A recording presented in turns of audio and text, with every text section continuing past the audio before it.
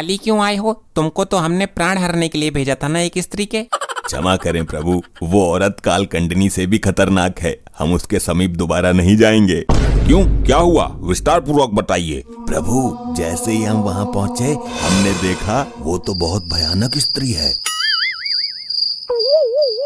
मुन्ना के पापा, ओ मुन्ना के पापा, अबे ओ मुन्ना के पापा।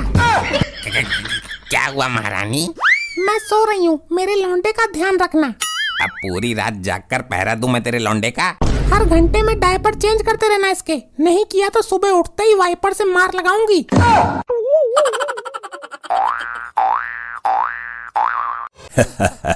क्या जमाना आ गया, इस छोटी सी औरत को लेने के लिए 2 यमदूतों को आना पड़ा है।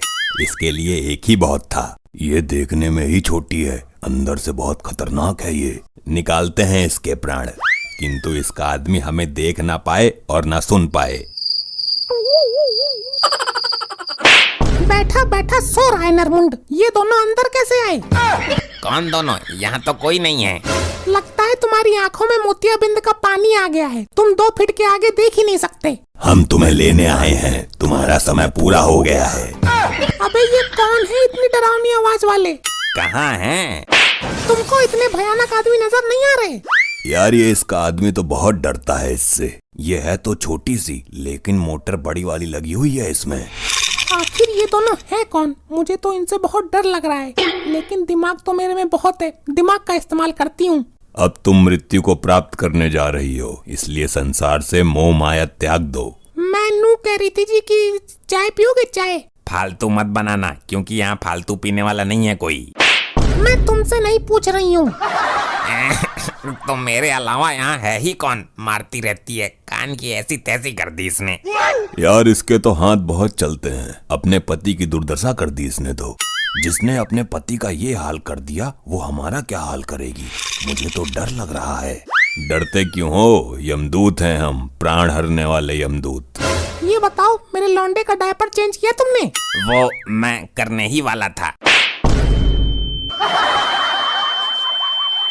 अबे क्या है ये, औरत है कि बवाल है?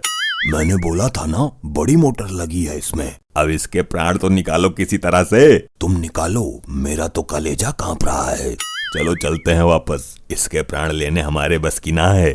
आए थे इसके प्राण लेने, लेकिन इसका ये रूप देखकर हमें खुद अपने प्राण संकट में लग रहे हैं। चलो यमराज जी को ही भेज देंगे। जैसे ही हम वहाँ पहुँचे हमने देखा वो तो बहुत भयानक स्त्री है। देखने में छोटी सी ही है, लेकिन जब गरजती है तो राक्षसनी लगती है। उसका पति पता नहीं कैसे झेल रहा है। उसकी अपनी कोई इज्जत नहीं है और दूसरों की इज्जत करनी उसको आती नहीं। लज्जा से डूब मरो, कैसे यमदूत हो? एक छोटी सी स्त्री से डरकर भाग के आ गए। उसका छोटा साइज देखकर पहले मैं भी उसे ढोलकिया समझ रहा था, पर वो इतनी खतरनाक निकली कि उसके प्राण हरने की हिम्मत ही नहीं हुई हमारी। उसका भयानक रूप देखकर तुम्हारे मन में भय उत्पन्न हो गया। चिंता की कोई बात नहीं है, हम स्वयं चलते हैं। गुप्त जी, आप भी चलेंगे हमारे साथ। प्रभु, उसके बारे में इतना सुनने के बाद तो मेरी भी हिम्मत नहीं हो रही है उसके सामने जाने की। गुप्त जी, क्षमा करें प्रभु, क्षमा। आप मनुष्यों से डर रहे हैं? ठीक है प्रभु, लेकिन जाने से पहले मैं उसके बारे में कुछ जानकारी हासिल कर लेता हूँ। जल्दी इस लैपटॉप नामक यंत्र से पता करो कि ऐसी कौन सी शक्ति है जो इसकी रक्षा कर रही है और जिसके कारण ये इतनी भयानक लग रही है। प्रभु, वो शक्ति है मायावी। क्या मायावती? ये शक्ति है या इसकी माँ? मायावती नहीं प्रभु, मायावी। मायावी नाम का एक तांत्रिक है जो इसकी रक्षा कर रहा है, और जब तक वो तांत्रिक है इस औरत के प्राण कोई नहीं हर सकता। ऐसा क्यों चित्रगुप्त जी? प्रभु, इस मायावी तांत्रिक ने अपनी माया का प्रयोग करके इस औरत के प्राण एक शोकेस के अंदर डाल दिए, और जब तक वो शोकेस नहीं टूटेगा ये मरेगी नहीं। अगर ऐसा है तो पहले हम उस शोकेस को ही तोड़ देते हैं।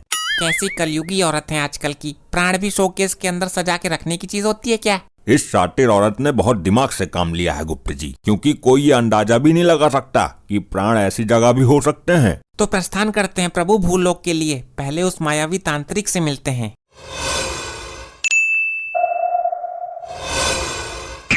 प्रभु, यही है वो मायावी तांत्रिक। आंखें खोलो मायावी। मृत्युदाता प्राण हरता यमराज मेरे पास। मूर्ख, तुम अपनी माया और शक्तियों का गलत उपयोग कर रहे हो। ऐसा मैंने क्या कर दिया प्रभु? कल भी मैंने यहाँ से 6 चुड़ैल पकड़ी थी जो आते जाते लोगों को परेशान कर रही थी। मूर्ख तांत्रिक, तुम विधि के विधान में उत्पन्न कर रहे हो, उसको बदलने की कोशिश कर रहे हो। मैं कुछ समझा नहीं प्रभु। मूर्ख, तू जानता है कि मृत्यु अटल है, एक दिन सबको मरना है, फिर भी तूने उस औरत के प्राण छुपाकर उसकी मृत्यु को टालने की कोशिश की। क्या करूं प्रभु, औरत के आंसू देखकर मैं जल्दी पिघल जाता हूँ। तुम करते रहो ये कांड, मैं ऊपर बैठकर तुम्हारा सारा हिसाब किताब लिख रहा हूँ। प्रभु, एक तो वो औरत छोटी सी काली सी थी, मैं उसे शमशान घाट की चुड़ैल समझ रहा था। अब जो तूने गलती की है उसकी सजा तुझे जरूर मिलेगी। अरे ये क्या कर रहे हो प्रभु? मुझे नीचे कब उतारोगे? जब हम उस स्त्री के प्राण हर लेंगे तुम अपने आप ही नीचे आ जाओगे, ये हमारा वरदान है। तब तक मैं यहीं हवा में लटका रहूंगा। तो क्या हुआ, लोग इसको चमत्कार समझेंगे, पूजा करेंगे तुम्हारी। वैसे एक बात तो है, यहाँ से शमशान घाट मुझे बिल्कुल साफ नजर आ रहा है। चलें चित्रगुप्त जी। मुन्ना के पापा जल्दी जाकर दरवाजा खोलो, देखो कौन आया है। चपत मारकर दर्द भी देती है और मुन्ना के पापा बोलकर दिल को सुकून भी देती है। इसका दिमाग हाथ में नहीं आ रहा। हाय जीजू। अंदर पधारिए। प्रभु, याद रहे हम इनमें से किसी को भी दिख ना पाएं। हमें कोई नहीं देख पाएगा, आप निश्चिंत रहें। गुप्त जी, ये सुंदर, नाजुक और कोमल सा मानव कौन है? प्रभु, इस कोमल से मानव की ही तो बीबी है ये कुंठा स्त्री। दीदी कैसी हो आप? मैं तो ठीक हूँ, तू सुना, बहुत दिनों बाद आई है तू। बहुत दिनों बाद? अरे अभी 2 दिन पहले ही तो गई थी। जब से तेरी सास नरक लोक पधारी है तब से ये तो आते ही रहती है। फालतू बोलने की जरूरत नहीं है, तुम अच्छी तरह से जानते हो मेरे और मेरी बहन में ज्यादा दिमाग नहीं है। हाँ, ये तो जानता हूँ। देख रहे हैं प्रभु, कितना अत्याचार सह रहा है ये नाजुक सा कोमल सा मानव। अच्छा, ये तुम्हारी बहन भी तो तुमसे छोटी है। छोटी है तो क्या हुआ, लेकिन काम तो बड़े बड़े उखाड़ती है। ये मेरी हेमा मालिनी है। बड़े बड़े काम मतलब? मैं समझा नहीं। किसी को भी अपने जाल में फांस कर बड़ी आसानी से उसकी जेब से पैसा निकलवा लेती है। वो कैसे? मैं कुछ समझा नहीं। इसका एक सच्चा आशिक है, जब उसे पैसे की जरूरत पड़ती है तो इसको मोहरा बनाता है। अच्छा, फिर क्या, ये नए नए लड़के फंसाती है और उनसे पैसा ऐंठ कर अपने आशिक को दे देती है। इसने तो रिश्तेदारों के रिश्तेदारों को भी नहीं छोड़ा। ये तो बहुत अच्छी टेक्निक है पैसे लूटने की। इसके साइज पर मत जाना, ना जाने कितने लड़कों के पैसे लेकर अपने आशिक को दे चुकी है और फिर बाद में नंबर ब्लॉक कर देती है उसका और अपना नंबर भी चेंज कर लेती है।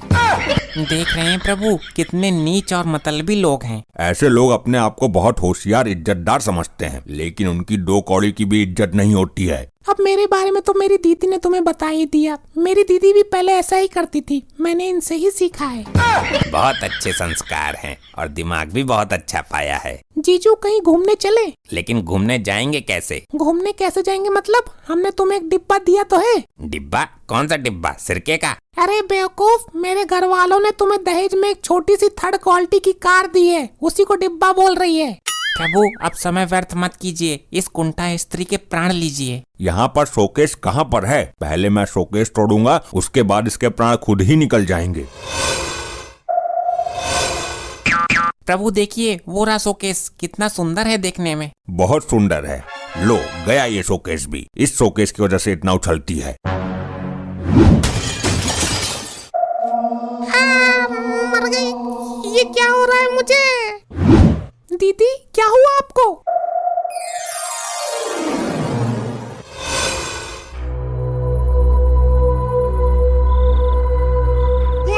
प्रभु, आपके वरदान का क्या हुआ? मैं नीचे कब आऊंगा? हमारा वरदान कभी विफल नहीं होता मनुष्य।